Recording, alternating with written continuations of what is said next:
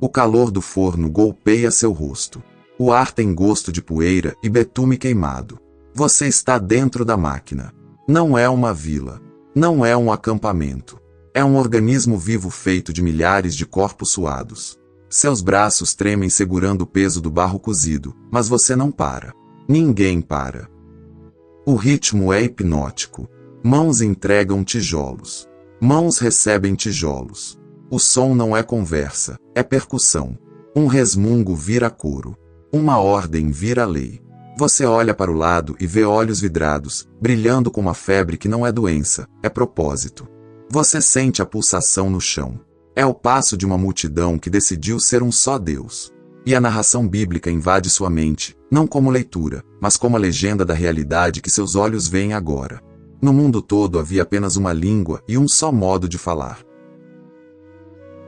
Gênesis 11 versículo 1. Nova versão internacional. Uma língua. Você tenta processar o poder disso. Não existe tradução aqui. Não existe eu não entendi. O pensamento de um homem flui para o outro sem barreira. A ideia nasce na mente do líder, em segundos, move as mãos do servente na ponta da fila. É eficiência pura. É aterrorizante. É sedutor. Você percebe que questionar, aqui, é impossível. Como você vai discordar se as palavras para discordância foram apagadas pelo dicionário do consenso? Você sente o conforto perigoso de pertencer a algo invencível. De repente, o ritmo muda. O som das ferramentas cessa por um segundo. Um homem sobe num monte de terra. Ele não precisa gritar para pedir silêncio. A unidade já garante atenção. Ele aponta para o horizonte, para a planície de Sinar, e lança o decreto que vai mudar a história humana. Vamos fazer tijolos e queimá-los bem. Gênesis 11 versículo 3. Nova versão internacional. Você vê a inovação acontecendo em tempo real. Eles rejeitam a pedra bruta. Pedra é irregular. Pedra depende do que a natureza dá. Tijolo não. Tijolo é fabricado. Tijolo é controle. Tijolo é padrão. O texto bíblico denuncia a troca tecnológica com frieza cirúrgica. Usaram tijolos em lugar de pedras e piche em vez de argamassa. Você pega um desses tijolos. Ele é quente. Perfeito. Retangular. É a prova de que a humanidade cansou de depender da providência. Agora, ela fabrica a própria realidade. O cheiro do piche invade suas narinas, cheiro de progresso, cheiro de rebelião. E então, o verdadeiro motivo é revelado. O líder abre os braços como se quisesse abraçar o céu à força. A multidão prende a respiração. Vamos construir uma cidade, com uma torre que alcance os céus. A frase ecoa. Mas não para aí. A motivação rasga o véu da falsa piedade. Para que o nosso nome seja celebrado e não sejamos espalhados pela face da terra. Gênesis 11 versículo 4. Nova versão internacional. Nosso nome. A frase bate no seu peito. Você olha ao redor. Sorrisos se abrem. Peitos se estufam. Não é sobre alcançar Deus para adorá-lo. É sobre alcançar o lugar de Deus para substituí-lo. Você sente a vibração do medo escondido sob a arrogância. Não sejamos espalhados. Deus ordenou, encham a terra. Eles dizem, ficaremos aqui. A torre é um punho fechado levantado contra o céu. É um bunker de segurança emocional. A construção começa. E é rápida. Semanas viram dias. A base é larga, monstruosa. Você carrega a massa. Seus pés sangram, mas a adrenalina anestesia a dor. Você olha para cima e a estrutura já bloqueia o sol. Sombras gigantescas cobrem o deserto. Você anda pelos andaimes de madeira e corda. O vento aqui em cima assobia diferente. Lá embaixo, as pessoas são formigas. Aqui em cima, você se sente gigante. A vertigem te pega. É a vertigem do poder. Você ouve as conversas, ninguém nos para. Nós somos o futuro. O céu é o limite, ou talvez o começo. E a pergunta que te assombra volta com força total. Deus está vendo? Deus está preocupado? Será que o Criador teme a criatura? A cena corta abruptamente. O barulho da obra desaparece. Silêncio absoluto. O vácuo do espaço. A perspectiva muda da terra suja para o trono santo. E o texto bíblico entra com uma ironia que faz o universo tremer. O Senhor desceu para ver a cidade e a torre que os homens estavam construindo. Gênesis 11 versículo 5. Nova versão internacional. Desceu. Sente o peso dessa palavra? Para a humanidade, a torre toca o céu. Para Deus, ela é tão minúscula que ele precisa descer para enxergá-la. Toda a grandeza humana é microscópica diante da glória divina. Deus não está em pânico. Deus não está roendo as unhas. Ele está inspecionando. É a visita do engenheiro-chefe que encontra a obra fora do projeto original. E o diagnóstico divino é dado. Não com raiva explosiva, mas com sabedoria profética. Ouça a voz da onisciência. Eles são um só povo e falam uma só língua, e começaram a construir isso. Em breve nada poderá impedir que consigam fazer o que planejam. Gênesis 11 versículo 6. Nova versão internacional. Nada poderá impedir. Isso soa como elogio, mas é um aviso de catástrofe. Deus vê o futuro. Ele vê que, se o homem unido pelo orgulho não tiver limites, ele vai criar o inferno na terra e chamar de paraíso. A tecnologia vai avançar, mas a moralidade vai regredir. Eles vão se destruir com eficiência máxima. Deus não teme perder o trono. Ele teme que a humanidade perca a alma. Então, a decisão é tomada na sala de comando da Trindade. Uma decisão de misericórdia severa. Venham, desçamos e confundamos a língua que falam, para que não entendam mais uns aos outros. Gênesis 11 versículo 7. Nova versão internacional. Agora, volta para a obra. Agora. Você está no 10º andar. O sol está a pino. Você estende a mão para o companheiro ao lado e pede: massa. Ele te olha. Os olhos dele mostram confusão. Ele te entrega um martelo. Você franze a testa. O calor deve estar afetando ele. Você grita mais alto, articulando bem: massa. O piche. Ele abre a boca e sons saem. Sons guturais, estranhos, sílabas que não encaixam na sua mente. Parece que ele está falando ao contrário. Você ri, nervoso. Para de brincadeira. Mas ele não está rindo. Ele parece ofendido. Ele grita algo com você que soa agressivo. O pânico começa a se espalhar como vírus. Lá embaixo, um capataz grita uma ordem para levantar uma viga. O grupo da esquerda solta a corda. O grupo da direita puxa. A viga balança e esmaga o andaime. Gritos de dor. Mas os gritos de socorro não são compreendidos. A unidade perfeita se estilhaça em 1000 pedaços em um segundo. Você corre pelo canteiro. É um pesadelo cognitivo. O som da multidão mudou. Antes era um coro uníssono, grave, poderoso. Agora é um ruído caótico, agudo, dissonante. É o som de 1000 rádios sintonizados em estações diferentes. Você agarra o braço de um amigo. Alguém que você conhece há anos. Você olha nos olhos dele e diz: o que está acontecendo? Ele te empurra. Ele te olha como se você fosse um monstro. Ele fala palavras que você nunca ouviu. A conexão humana foi cortada. A solidão bate em você com a força de um soco físico. O projeto parou. Não porque faltou tijolo. Não porque faltou força. Parou porque acabou o entendimento. A torre, minutos atrás um símbolo de glória, agora é um monumento ao silêncio constrangedor. Grupos pequenos se formam, pessoas que conseguem se entender se aglomeram, olhando com desconfiança para os outros grupos. O tribalismo nasceu. O racismo nasceu. A divisão nasceu. O texto sela o destino da obra inacabada. Assim o Senhor os dispersou dali por toda a terra, e pararam de construir a cidade. Gênesis 11 versículo 8. Nova versão internacional. Você vê a cena final, caravanas partindo, poeira levantando, costas viradas para a torre. O sonho de um nome virou a realidade do anonimato. Eles vão embora, frustrados, carregando suas poucas posses, espalhando-se exatamente como Deus havia mandado no início, só que agora, vão por juízo, não por obediência. E o narrador coloca a placa final na ruína. Por isso foi chamada Babel, porque ali o Senhor confundiu a linguagem de todo mundo. Dali o Senhor os dispersou por toda a terra. Gênesis 11 versículo 9. Nova versão internacional. Babel. Confusão. O lugar onde o homem tentou subir, e Deus o fez descer à realidade. Agora, sai da poeira. Limpa o betume das mãos. Olha para mim. Nós estamos em 2026.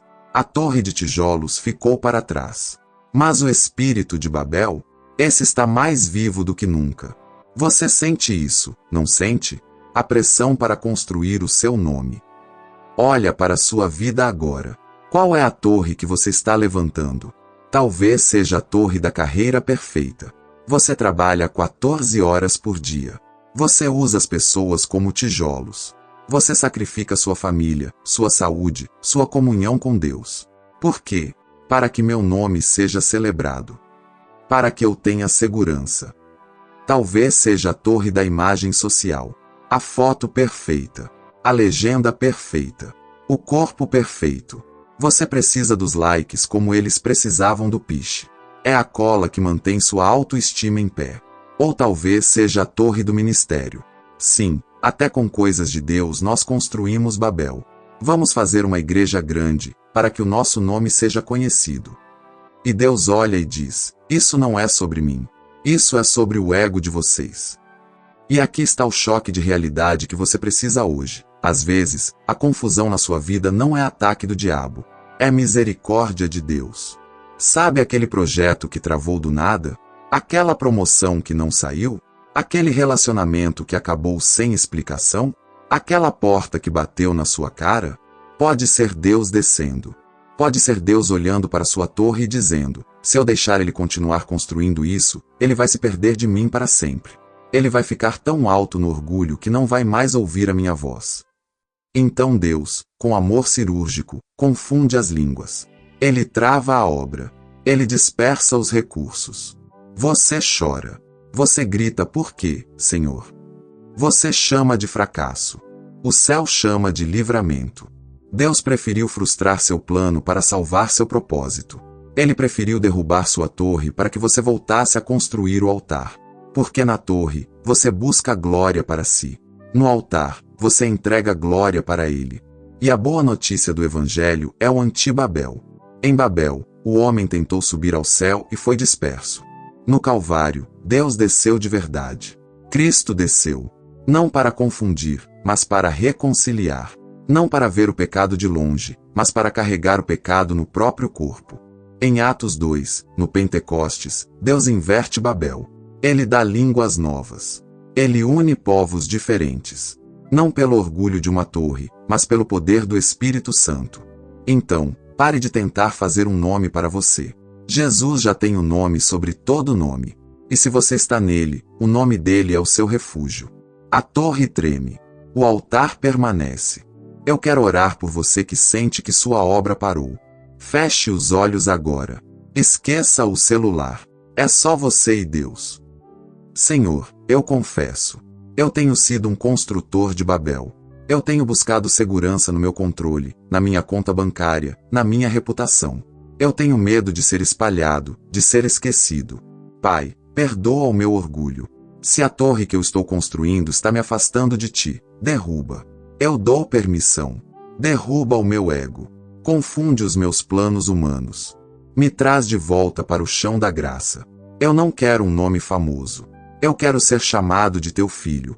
Eu recebo a tua vontade. Me guia para onde tu queres que eu vá, e não onde a minha ambição quer chegar. Em nome de Jesus. Amém. Se essa palavra acertou a fundação da sua vida hoje, eu preciso que você faça um ato profético nos comentários. Escreva agora. Eu troco a minha torre pelo teu altar. Escreve isso. Declara isso. Não saia daqui o mesmo construtor que entrou. Inscreva-se no Palavra Pura. Aqui nós não empilhamos tijolos de ego, nós cavamos poços de água viva. Compartilhe esse vídeo com alguém que está obcecado pelo sucesso e esqueceu do propósito. Seja a voz que chama de volta. Até a próxima. E lembre-se, Deus não teme sua grandeza. Ele ama demais a sua alma para deixar você se destruir com ela. Para você que ficou até agora, existe uma peça final neste quebra-cabeça. A história de Babel não terminou na dispersão. O tijolo parou, a torre parou, mas o espírito daquela construção sobreviveu.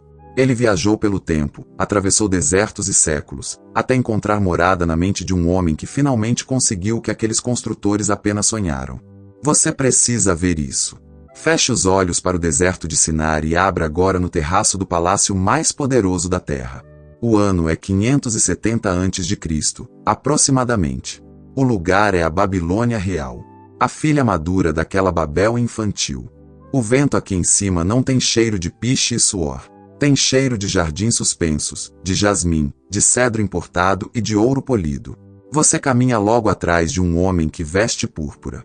O manto dele arrasta no chão de ladrilhos esmaltados em azul lazuli. É o rei Nabucodonosor. Ele anda até o parapeito.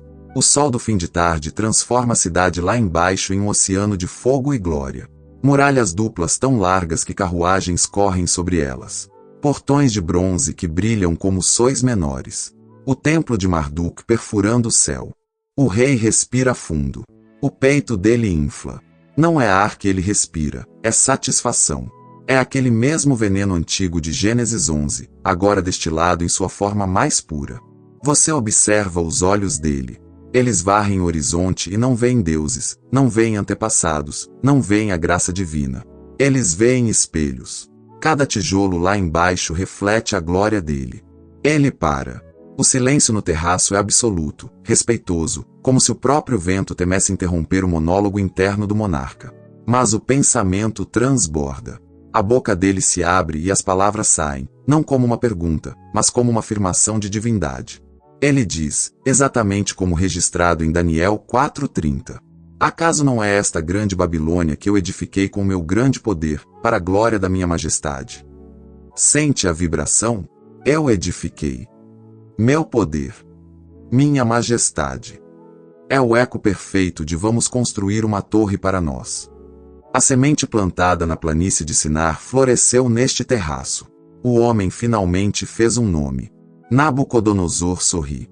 Ele sente que o universo gira em torno do seu pulso. Ele é o centro gravitacional da história. Nada pode tocá-lo. Ele é a própria torre, feita de carne e osso, tocando os céus. Mas, assim como em Gênesis, o céu reage. Não há tempo nem para o eco da voz dele morrer nas muralhas.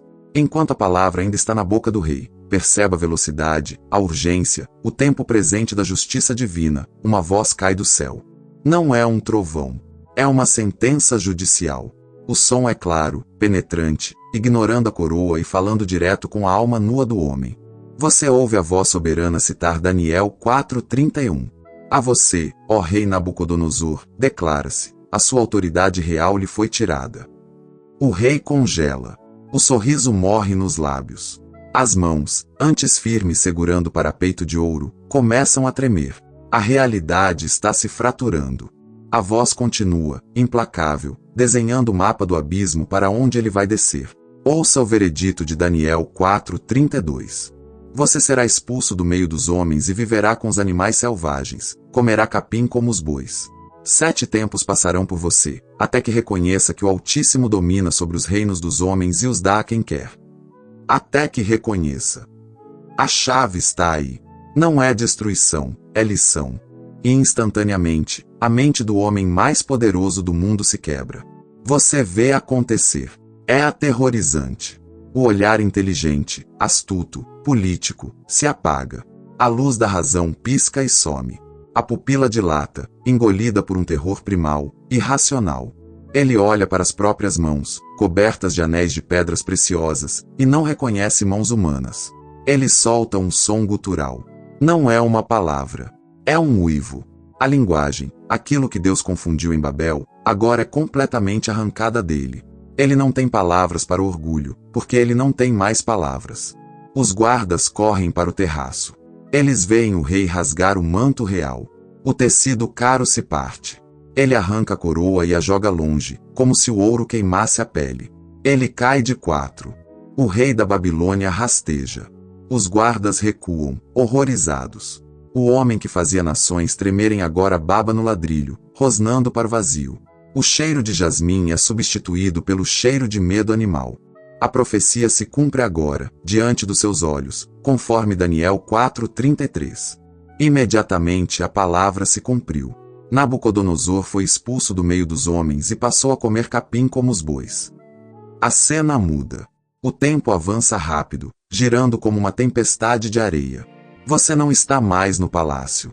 Você está no campo, na selva que cerca a civilização. É noite. Faz frio. O orvalho do céu molha o corpo daquele que um dia dormiu em lençóis de linho egípcio. Olhe para ele. É difícil reconhecer. O cabelo dele, antes ungido com óleos perfumados, agora é uma massa embaraçada, dura, suja de terra e restos de comida.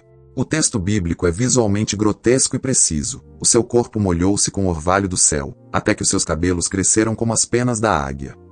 Penas de águia. Tufos grossos, ásperos, cobrindo a pele queimada pelo sol. Olhe para as mãos. As unhas. Ninguém as corta meses, talvez anos. Elas se curvaram, endureceram, ficaram pretas e afiadas.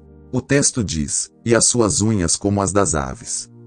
Ele cava a terra dura em busca de raízes. Ele mastiga a grama amarga.